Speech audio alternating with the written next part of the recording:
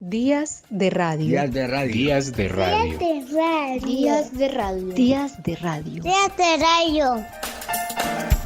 Días de radio. Un programa de la Facultad de Educación de la Universidad de Antioquia. Escúchanos en el dial 1410 AM de la emisora cultural de la Universidad de Antioquia y en su sistema de radio educativa en las regiones del departamento. La radio no finaliza cuando termina el programa.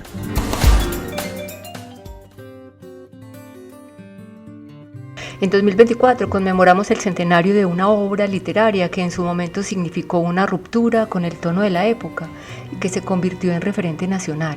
Se trata de La Vorágine, obra cumbre de José Eustacio Rivera, que nos hace oír los murmullos de la selva en el fragor del capitalismo. Dice Antonio Caballero en el prólogo a la edición de la Biblioteca Básica de Cultura Colombiana: la gran novela de España es sin duda El Quijote. Caben en ella más cosas que en la propia España. Se discute sobre si existe una gran novela norteamericana y si es Moby Dick de Melville o Huckleberry Finn de Mark Twain, o una que quiso escribir Norman Mailer y no pudo. Para Francia, la duda está entre la interminable comedia humana de Balzac y la casi igual de larga En busca del tiempo perdido de Marcel Proust. En México, el escueto Pedro Páramo de Rulfo se lleva por delante las docenas de novelas de Mariano Azuela o de Carlos Fuentes. En Alemania, etcétera, etcétera, la gran novela de Colombia es La Vorágine de José Eustacio Rivera. No es un capricho atribuirle nacionalidad a las novelas, ni un mero juego de salón. Para no hacer exhaustiva la enumeración, vuelvo a La Vorágine, que es ya, digo, la gran novela de Colombia. Empezamos con Felipe Martínez Pinzón, un profesor asociado en la Universidad de Brown, que en un programa de la Biblioteca Nacional de Colombia hace una semblanza de Rivera a la luz del reconocimiento que tuvo en su época y en las múltiples labores que desempeñó en bien de su país. A través de este relato, Martínez Pinzón nos cuenta cómo era visto Rivera por el mundo letrado bogotano.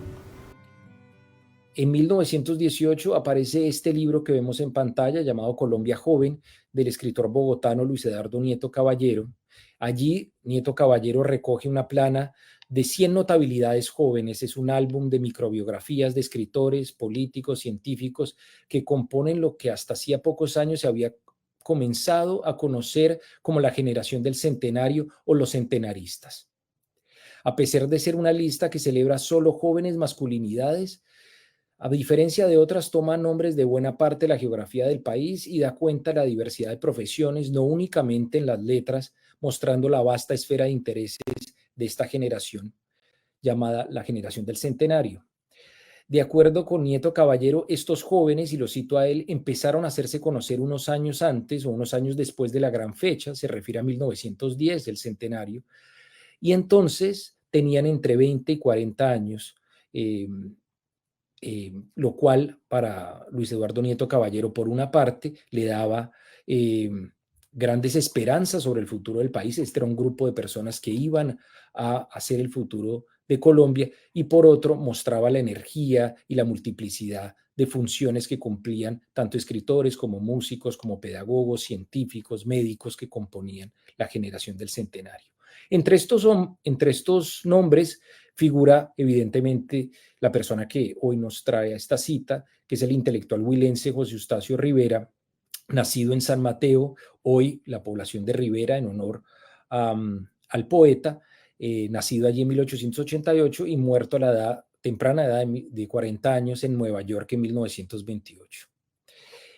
Cuando Nieto Caballero hace esta compilación, de Rivera tiene 30 años, y es visto por el escritor bogotano como, y pongo una cita acá, como un Thoreau, ¿no? Se refiere con ello a Henry David Thoreau, que es un escritor de Nueva Inglaterra, desde donde les estoy hablando yo, que es uno de los fundadores de la no ficción sobre la naturaleza, ¿no? De la escritura que llamaríamos hoy ecológica. Y continúa Nieto Caballero describiendo en este tono a Rivera: cantor robusto de los trópicos en cuya alma hierve la fuerza de la raza. La raza era una palabra que en la época denominaba a pueblo, ¿no? Se usaba como sinónimo en ciertas instancias con la palabra pueblo.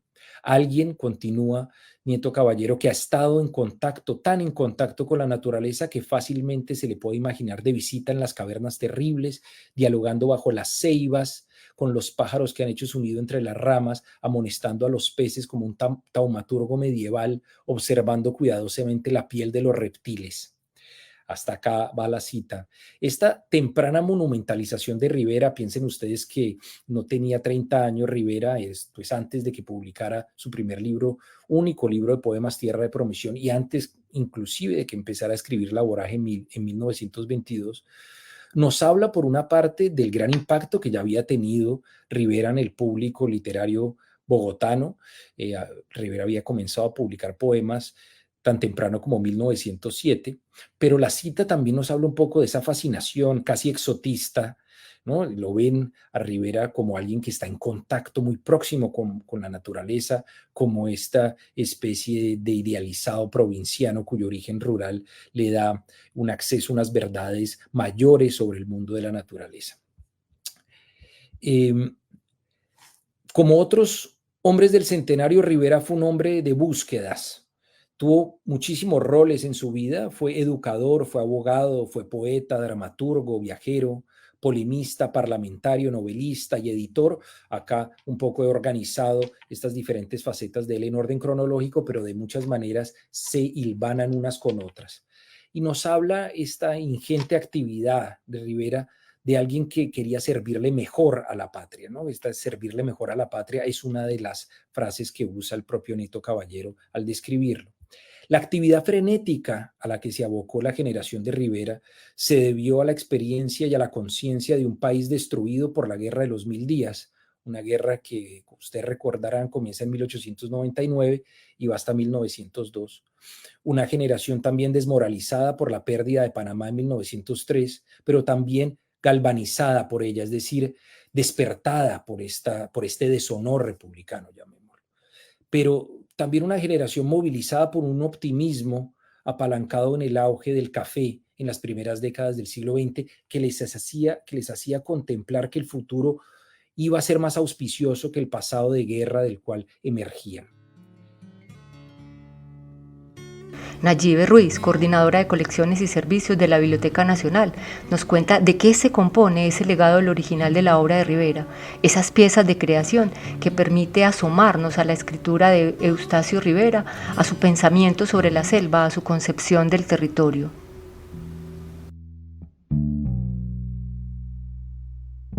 Conmemorando un año más de la primera edición de La Vorágine de José Eustacio Rivera, decidimos venir aquí a la Biblioteca Nacional de Colombia, donde reposa el manuscrito de esta obra fundamental en la literatura colombiana. La primera edición de esta obra salió al mercado en noviembre de 1924 con 5 ediciones posteriores en vida de José Eustacio Rivera. Desde el año 2009 el manuscrito del autor se encuentra en la Biblioteca Nacional, resguardado como uno de los grandes tesoros culturales del país junto al Nobel de Literatura de García Márquez.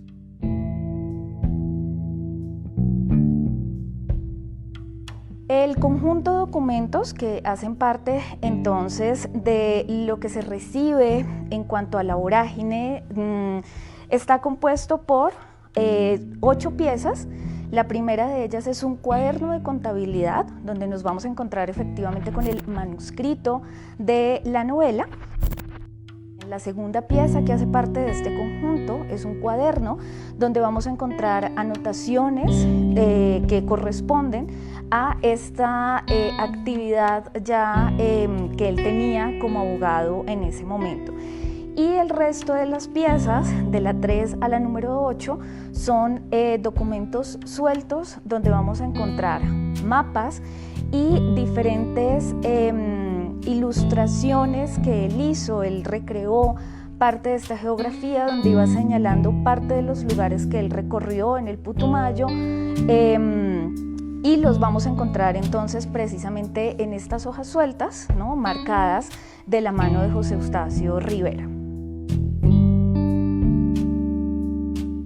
En este momento, de hecho, el manuscrito puede ser consultado en la biblioteca digital de la página web de la Biblioteca Nacional, donde las personas que estén interesadas pueden acceder a él y ver cada uno de los detalles, las notas. Algo también muy interesante es el proceso creativo que tuvo en su momento José Eustacio Rivera, precisamente en la conformación de este manuscrito. Gabriel Cortés, conocedor de la obra de Rivera, nos presenta en esta nota de El Banco de la República, Tierra de Promisión, una visión poética de la nación a través de la corriente modernista de la poesía. La obra se compone de sonetos que erigen a la naturaleza en la protagonista central, principio que también asumirán luego otros autores en sus libros, novelas y relatos a lo largo y ancho del continente. Quiero empezar con un epígrafe de José Eustacio Rivera. Esto fue encontrado en una nota, un discurso, creo que es su último texto escrito, fue encontrado pues en su chaqueta y pues data de 1928. Dice José Eustacio Rivera ahí en este discurso al aviador: ligarse a la patria es vincularse al universo y a la vida, porque el suelo donde vimos la luz forma parte de nuestro destino. José Eustacio Rivera.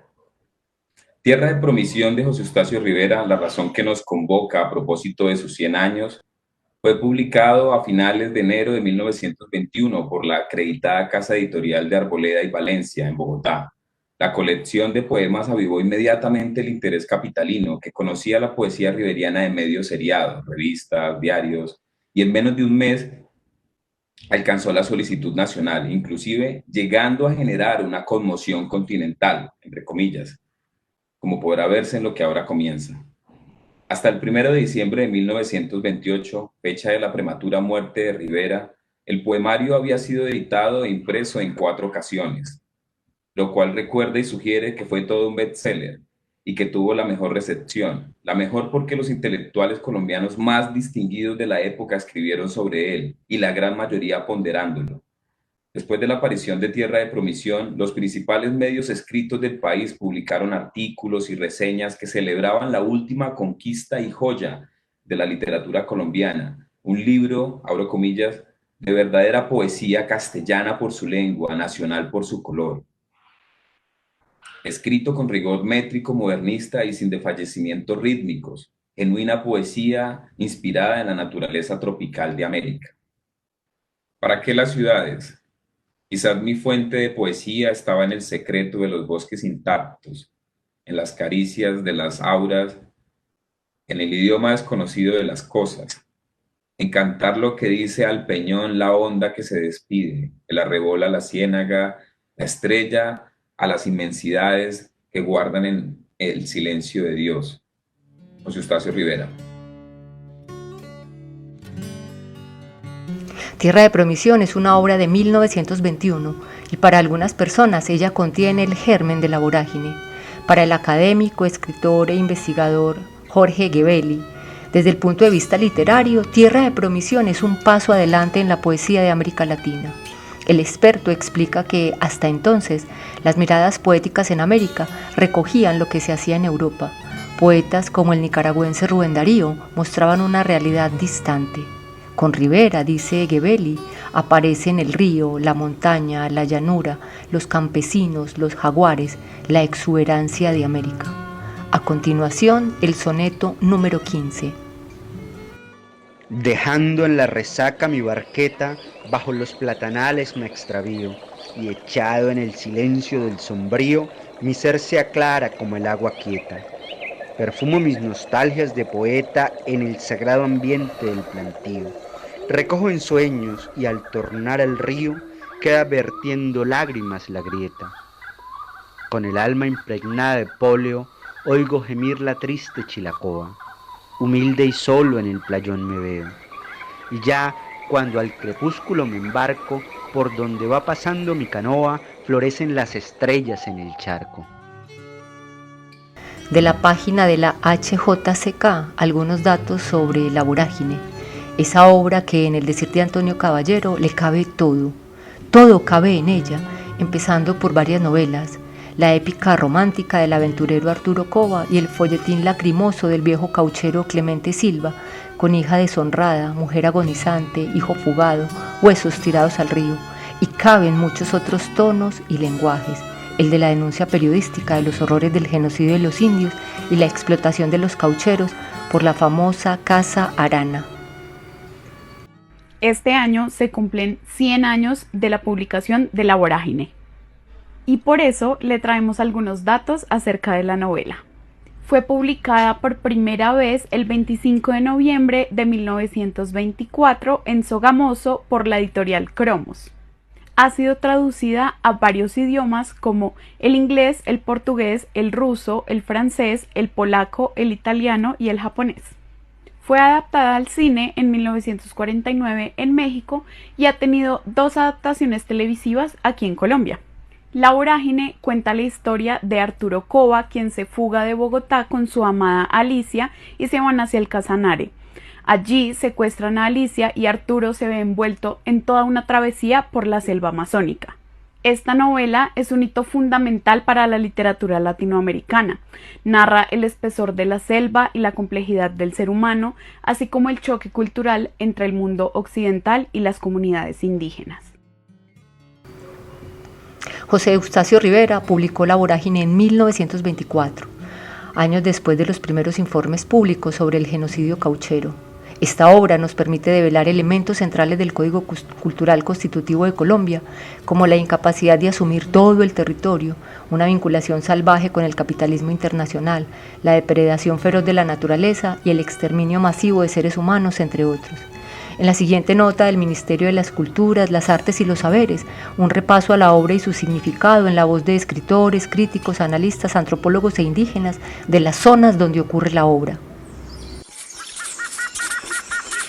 En 1924 tuvo lugar la aparición de la novela más importante de la literatura colombiana, a la que podríamos llamar de manera definitiva como la gran novela de Colombia. La Vorágine es un relato de una nación que quiso convertir una denuncia, una ficción de alguna forma que imaginaba a ese país que había sido desangrado por la industria extractivista del caucho. Hoy queremos decirle al gran país y a la patria grande que es necesario volver a Rivera, que en Rivera y en La Vorágine y en Tierra de Promisión, sus poemas, están varias de las claves que necesitamos entender hoy. La más importante de ellas para nosotros, interiorizar el Amazonas como un territorio biocultural nuestro. Oh selva, esposa del silencio, madre de la soledad y de la neblina, ¿qué hado maligno me dejó prisionero en tu cárcel verde? La Vorágine es una novela que descifra los elementos centrales del código cultural que constituye a Colombia. Es un documento profundamente humano que contiene una acusación, una denuncia y una protesta. La vida de Rivera es una vida de película, es una vida en contravía, es una vida casi, yo podría decir, apresurada. Hay que recordar que Rivera solamente vivió 40 años. No obstante, es el hombre civilizado el paladín de la destrucción. Los caucheros que hay en Colombia destruyen anualmente millones de árboles. Con el esfuerzo que el Padre Creador nos ha dejado en el mito de origen, nuestros mayores de los 4 pueblos han narrado esta historia con mucho dolor, pero también dejando una enseñanza muy importante para el cuidado de la vida. Indios que trabajan desde hace 6 años y aparecen debiendo aún el mañoco del primer mes. Niños que heredan deudas enormes, procedentes del padre que les mataron, de la madre que les forzaron, hasta de las hermanas que les violaron. Lo que me contaba uno Andoque, Yu Andoque, es que cuando llegaban estas otras personas, antes de empezar la reunión, se cogían de las manos y lloraban, ¿no? De la aflicción. Y se empieza todo un proceso, digamos, de reconfiguración cultural, ¿no? Para superar la violencia, la rabia y también para manejar las nuevas condiciones sociales. Es un viaje al infierno, ciertamente, pero ese infierno es también una frontera que reconocemos y que hasta el día de hoy es tan maravillosa y tan asombrosa, tan bella, como puede ser trágica, insisto, marcada por la violencia y marcada por la fatalidad. Ustedes verán cómo las mujeres narran. Fueron horas de diálogo, donde las mujeres con voces entrecortadas narraban la historia de lo que les ocurrió a sus abuelas, a sus tías, bueno, a las mujeres de su clan. La sección musical empieza con el soneto 13 de Tierra de Promisión, en la voz de Yexeli Pastrana, bajo el ritmo de jazz con la musicalización del pianista Alex Pastrana. Persiguiendo el perfume de risueño retiro, la fugaz mariposa por el monte revuela, y en los aires se enciende sutilísima estela, con sus pétalos tenues de cambiante zafiro. En la ronda versátil de su trémulo giro, esclarece las grutas como azul lentejuela, y al flotar en la lumbre que en los ámbitos riela, vibra el sol y en la brisa se difunde un suspiro.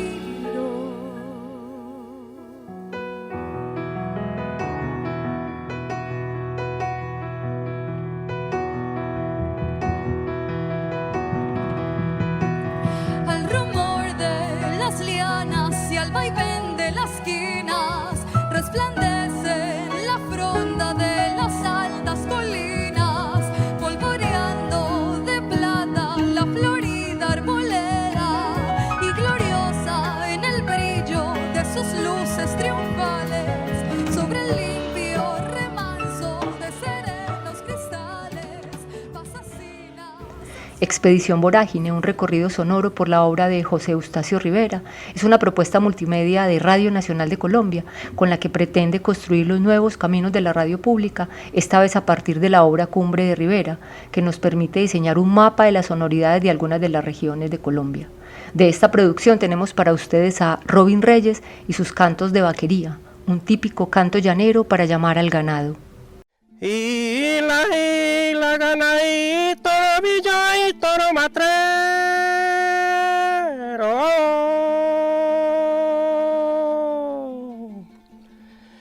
Toma, toma, toma, toma. Y sin rechazo los cimarrones más fieros van siguiendo paso a paso a los bueyes madrineros, y a pesar que solo han visto un que otro cachilapero, no barajustan al ver a ese montón de sogueros. Es que estos cantos traen un mensaje sincero que los puede interpretar hasta un niño de primero. Ahora, para completar, fue convertido en pionero, patrimonio cultural de toditos los llaneros. En una intervención en algún evento, Andrés Caicedo dice que se me hace que un libro tan excelente como La Vorágine puede ser ya perfectamente reemplazado por una canción de Héctor Lavoe o Ricardo Rey. Sin embargo, Superlitio, una banda de rock con influencias de funk, música del Caribe y música electrónica originaria de Cali, que empieza su trabajo en 1996, toma la obra de Rivera para una de sus canciones. Se trata de La Vorágine.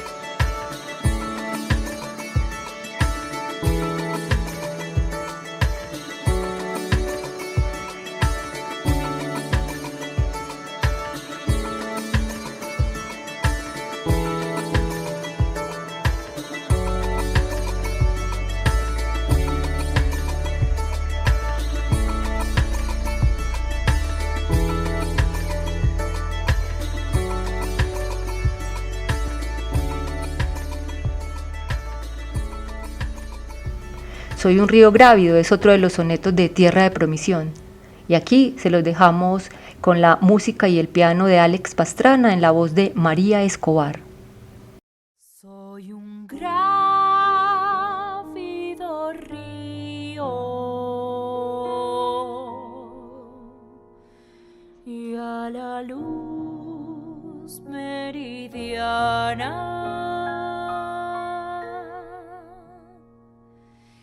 rodo bajo los ámbitos, reflejando el paisaje en el hondo murmullo de mi audaz oleaje. Se oye la voz solemne de la selva lejana.